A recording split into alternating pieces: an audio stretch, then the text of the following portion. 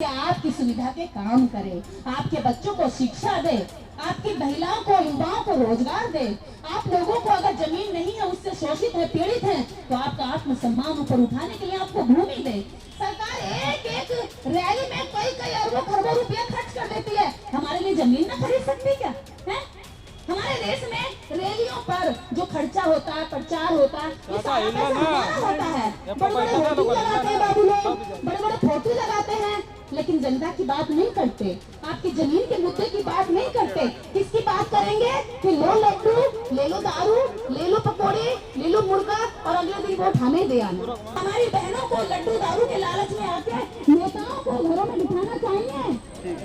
कोई भी नेता आ जाए, अगर तुम्हारा जमीन का मुद्दा ना करे और तुम्हारी बात न करे, तो दौड़ा दौड़ा कर भगा दो अपनी गलियों से।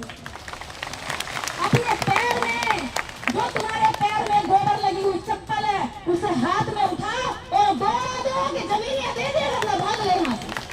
हमारे आंखों में जो एक कॉन्फिडेंस और क्षमता होनी चाहिए, उसको दबाया जा रहा, ताकि जब हमारे सामने आए तो नजरें झुकी रहे। बताओ, नजरें झुका के खाना चाहते हो और या सीना चौड़ा करके गर्व से खाना चाहते हो? सीना चौड़ा करके खाना चाहते हैं। तो सरकार क्यों नहीं चाहती? जब उसके सूबे की जनता सम्मान से जीना चाहती है, स्वाभिमान से जीना चाहती है, कोई भी राजा अपनी जनता को उन्नत करना चाहता है ना। कोई भी राजा अपनी जनता को स्वाभिमान और सम्मान और उसके अंदर जो ब्रेन है, जो उसकी क्षमता है, उसको बढ़ाना चाहता है।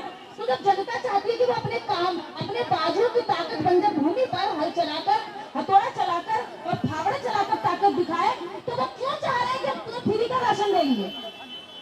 क्यों? क्या आप लोगों में क्षमता है खेत जोतने की? तो सरकार क्यों नहीं देती फिर?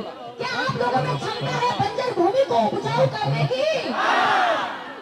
जब इनमें इतनी क्षमता है और ये कह रहे हैं, तो मुझे लगता है कि अब सरकार कहीं ना कहीं जमींदारों के चंगुल में फंसी हुई, कहीं ना कहीं हमारे साथ अब खुलकर धोखा हो रहा है।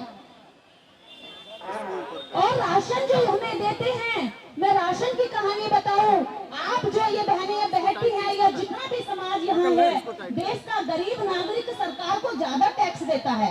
आप जानते हैं, राजा का एक कोष होता है, गुल्लक होती है, जिस गुल्लक में वो धन इकट्ठा करता है, और उसी धन से राजा की कोई कमाई नहीं होती है। मुख्यमंत्री जी की मजदूरी करने तो नहीं जाते? मजदूरी करते हैं क्या? कहीं नौकरी करते किसी की? नहीं करते ना। मुख्यमंत्री के पास पैसा कहाँ से आता है फिर? वो पैसा कहाँ से आता है? वो पैसा आपका जाता है। कैसे जाता है? जब आप चप्पल खरीदती हैं, उस पर टैक्स लगता है, साड़ी खरीदती हैं, कपड़ा खरीदती हैं, सोना खरीदती हैं, चांदी खरीदती हैं, यहाँ तक कि आंखों का काजल खरीदती है, उस पर भी टैक्स होता है। बच्चों की कॉपी किताब पेंसिल खरीदती है, उस पर भी टैक्स होता है। इनडायरेक्ट टैक्स सरकार का सबसे बड़ा रेवेन्यू यानी कि धन कोष होता है। और वो पैसा कौन देते हैं? हम लोग देते हैं। हमारा पैसा होता है, हमारा पैसा होता है, और हमारे ही पैसे से आपको बता दो, जो पुलिस यहाँ बैठी है, इस पुलिस को तनख्वाह जाती है। जानते हैं आप लोग, इस पुलिस को हमारे टैक्स के पैसे से तनख्वाह जाती है। अगर हम टैक्स देते, वो सरकार के पास जमा होता, फिर वो उधर से इस पुलिस को तनख्वाह देती है। अगर ये पुलिस के बच्चे पढ़ रहे हैं, या जितने भी सरकारी नौकर अफसर होते हैं, उनके बच्चे अच्छा खा रहे हैं, लगता कपड़ा पहन रहे हैं और देश में मजे की जिंदगी जी रहे हैं, तो वो कोई भगवान उनको नहीं दे रहा है, कोई सब ऊपर से पेड़ पे नहीं रहना है। वो सारा पैसा आपके टैक्स का सरकार उनको तनख्वाह के रूप में देती है। और वही लोग फिर आप पे क्या करते हैं? रोक जमाते हैं। चल चला आया कहाँ से गंवार, मेरे पास चल, यहाँ से जा, तेरा काम नहीं होता। और पुलिस का जो लाठी खरीदती है ना सरकार, पुलिस को जो बैत देती है, वो बैत भी आपके पैसे से खरीदा जाता है, और फिर उसी बैत को लेके बजाने चली आती है। छीन लो उसको, कोई मेरे टैक्स के पैसे से आया है ये, तेरे कहीं दूर से नहीं लिया।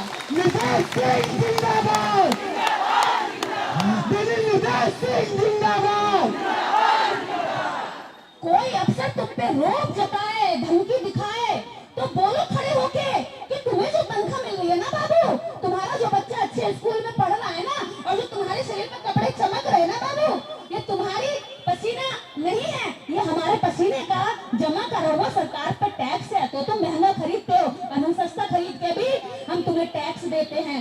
अगर आप 100 रुपए का कोई चीज खरीदती हैं, तो उस पर सरकार को 70 रुपए का टैक्स जाता है। समझ लो 70 रुपए और खाली 30 रुपए का सामान आपको 100 रुपए में मिलता है। तो कितना पैसा आया आपकी जेब से? कितना पैसा गया? 70 रुपया। और वो 70 रुपया सुविधा के काम करे, आपके बच्चों को शिक्षा दे, आपकी महिलाओं को, युवाओं को रोजगार दे। आप लोगों को अगर जमीन नहीं है, उससे शोषित है, पीड़ित है, तो आपका आत्मसम्मान ऊपर उठाने के लिए आपको भूमि दे। सरकार एक एक रैली में कई कई अरबों खरबों रुपया खर्च कर देती है, हमारे लिए जमीन न खरीद सकती क्या है? हमारे देश में रैलियों पर जो खर्चा होता है, प्रचार होता है, ये सारा पैसा हमारा होता है। बड़े बड़े होर्डिंग लगाते हैं बाबू लोग, बड़े बड़े फोटो लगाते हैं, लेकिन जनता की बात नहीं करते, आपकी जमीन के मुद्दे की बात नहीं करते। किसकी बात करेंगे कि लो लड्डू, ले लो दारू, ले लो पकौड़े, ले लो मुर्गा और अगले दिन वोट हमें दे आना। क्या दारू मुर्गे में हम वोट दे सकते हैं? क्या दारू मुर्गे में वोट देंगे? हमारी बहनों को लड्डू दारू के लालच में आके नेताओं को घरों में बिठाना चाहिए। कोई भी नेता आ जाए, अगर तुम्हारा जमीन का मुद्दा ना करे और तुम्हारी बात ना करे तो दौड़ा दौड़ा के भगा दो अपनी गलियों से। अपने पैर में, जो तुम्हारे पैर में गोबर लगी हुई चप्पल है, उसे हाथ में उठाओ और दौड़ा दो कि जमीनियां दे दे, मतलब भाग ले यहाँ से। जमीनियां मिलेगी तो ही वोट देंगे, वरना कोई चक्कर नहीं है तुम्हें वोट देने का। तुम बाबूजी बन जाते हो हमारे वोट से और बड़ा सा महल खरीदते हो, फिर महल के बाहर क्या लिखवाते हो? कुत्तों से सावधान रहना। कौन से कुत्तों से जो तूने पाल रखे हैं, जो हमने पाल रखे हैं? कौन से कुत्ते से सावधान रहे? नेता क्या करता है ना, जिंदाबाद जिंदाबाद। जब वोट चाहिए होता है तो हमारा पैर पकड़ लेता है, पकड़ता है।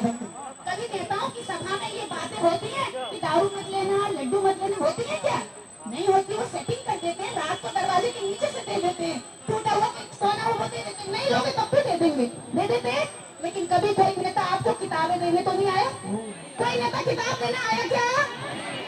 कोई नेता जमीन की बात करने आया क्या? तो फिर काहे वोट देते हो? फिर क्यों वोट देते आ रहे हो इतने दिन से?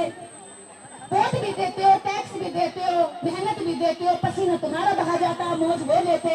उनका बच्चा विदेश में पढ़ता है, उनका बच्चा काजू बादाम खाता है, हमारा बच्चा सरकारी में पढ़ता है। हमारे बच्चे को मिड डे मील के नाम पर सड़ी हुई खिचड़ी खिला दी जाती है। तो कौन किसकी कि उसका बेटा फिर मालिक बनेगा, हमारा बेटा फिर से उसका नौकर बन जाएगा। हम तो इसके बाप के नौकर, अब इसका बेटा हमारे बच्चों का मालिक, यानी कि ये तो मालिक और नौकर की प्रथा चलती ही आएगी। इसे कभी आजाद नहीं होना चाहते क्या? आजाद होना चाहते हो तो इस आजादी के लिए जिद्दी बनना होगा। जिद्दी, एकदम जिद्दी बच्चा पैर पटक के कहता है कि मुझे ये चाहिए। बिल्कुल वैसे जिद्दी हमें बनना है कि हमें जमीन चाहिए, हमें जमीन चाहिए,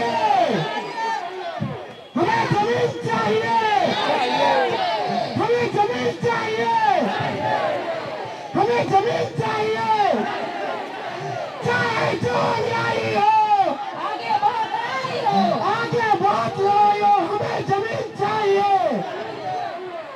हमें जमीन चाहिए। डेरा डालो, घेरा डालो का यही मतलब है। मैं अस्पताल से उठ के आ रही हूँ, मेरे ड्रिप लगी हुई थी, मैंने ड्रिप निकाला, डॉक्टर को बोला भाई मुझे जाना है, और मैं दिल्ली से यहाँ तक चल के आ गई, कम से कम कई 100 किलोमीटर का रास्ता है। मैं क्यों आई? क्योंकि जब आप अपने घरों से निकल कर आकर इतनी हिम्मत दिखा सकती हो, तो मैं भी बीमारी को मात देकर यहाँ तक आ सकती हूँ। मैं आ गई।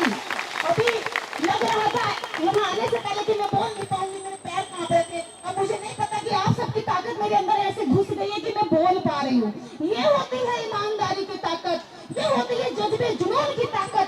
मैं जिद्दी हूँ और आपको भी जिद्दी बनना है। जिद्दी बनोगे? हाँ, जिद्दी बनोगे? बिल्कुल। बच्चा भी थोड़ी देर रो के बैठ जाता तो माँ भी कहती है अगला काम कर लूं, फिर दूध पिला दूंगी।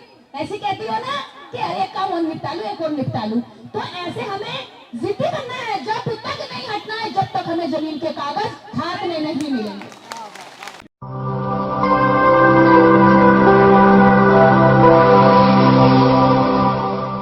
जन ज्वार जनता की मीडिया।